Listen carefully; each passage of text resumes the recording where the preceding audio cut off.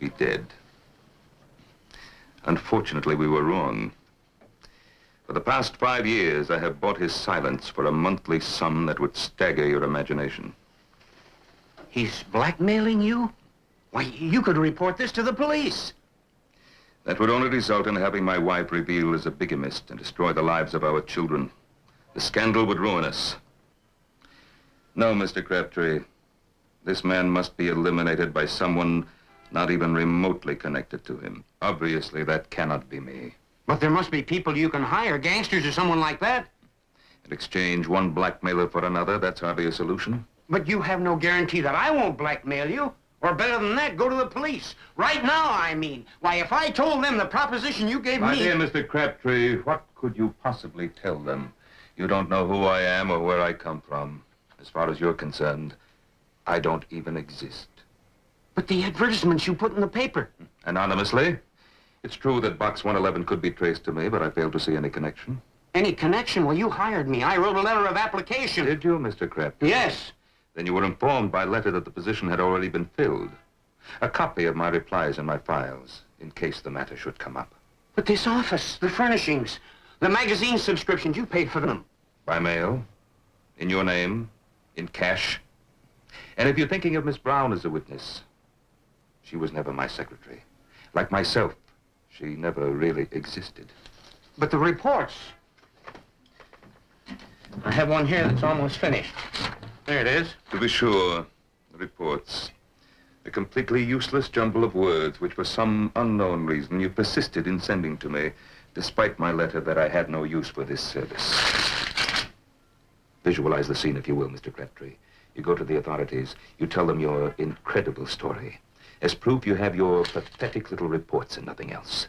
Why, you'd be fortunate not to be committed to an institution for the mentally deranged. That would be preferable to being hanged for murder. Oh, come now, Mr. Crabtree. You should realize by now that I wouldn't be that inept. I have made such careful preparations that there isn't the slightest possibility of your arrest. Let me explain. I don't want to hear it.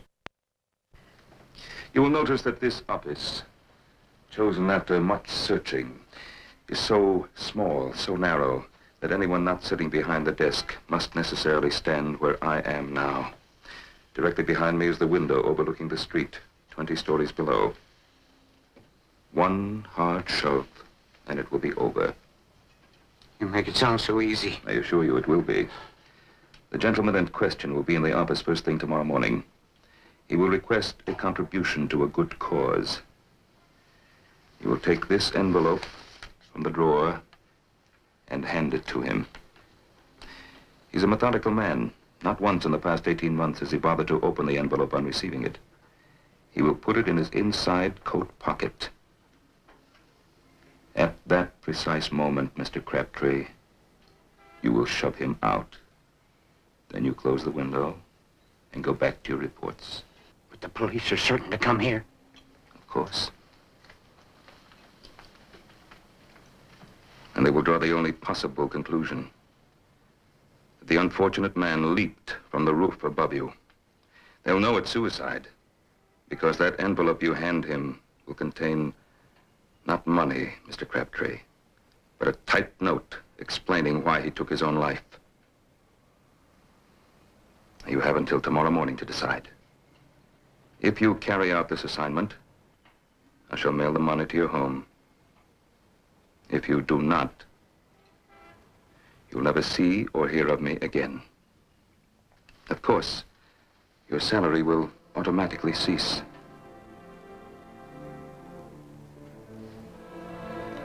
For your wife's sake, Mr. Crabtree, I think you'll have to do it.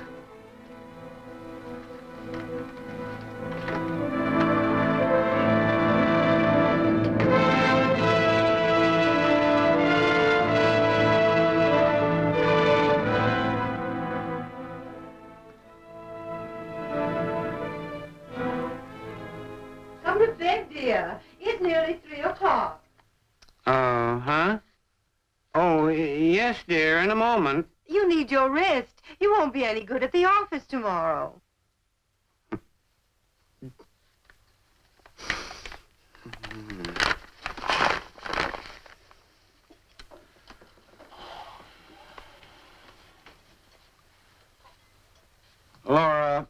How did you feel today? Oh, I'm feeling a little better every day.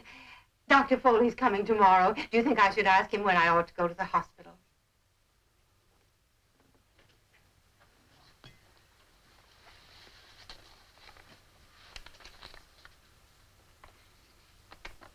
Dear, Yes, Laura.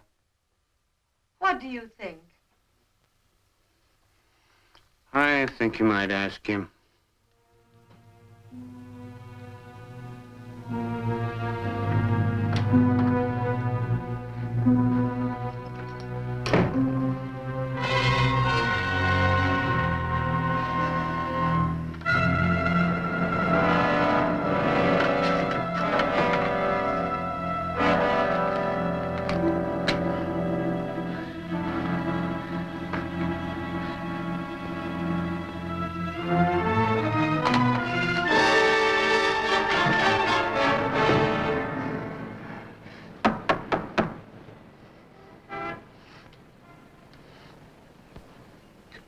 Come in. Come in. Oh, Mr. Crabtree? Yes? I was hoping you'd like to make a contribution. Yes, I have it ready for you. Well, that's mighty good of you, Mr. Crabtree. And I'd like to tell you that... Don't tell me anything. Just get out of here, quickly, before It's parasites like you who should be exterminated. Oh, now look here. You have have no any cause idea to- what you've done? You've taken away my job. I was out of work for a year. 1 whole year, through no fault of my own, because of a stupid little man who... And now you're ruining me. And my wife, she'll be an invalid as long as she lives. Somebody ought to have the nerve to... I wish I could. I can...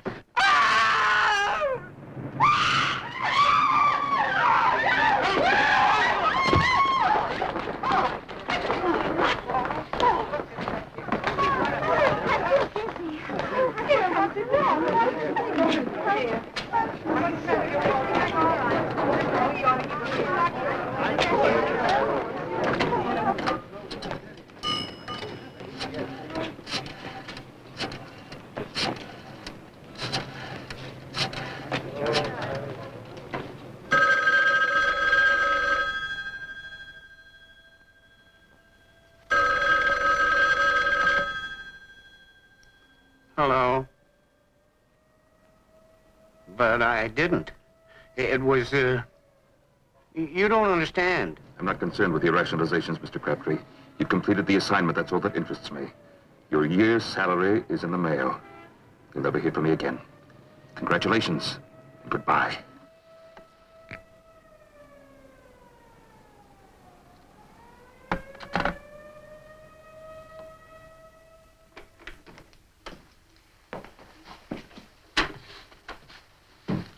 Detective Grant, I'd like to talk to you for a minute if we can. Yes?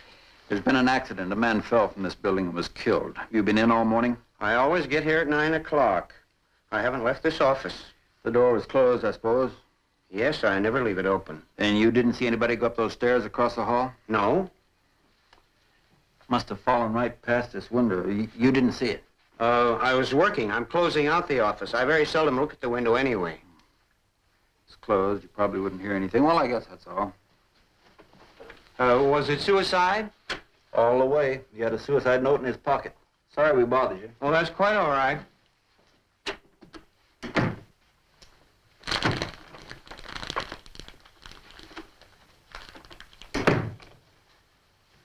Mr. Crabtree? Are you a reporter? Uh-huh.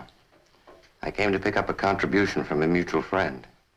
I don't think I have to mention any names. Well, what about it? Where's the money I was to pick up? The wrong man got it. You came too late. Only it wasn't money. It was your suicide note. Suicide? Look here, I'd like to know what's going on. That's something you'll have to take up with the man you're blackmailing. And if he asks for me, tell him I no longer work here. As far as he is concerned, I never existed.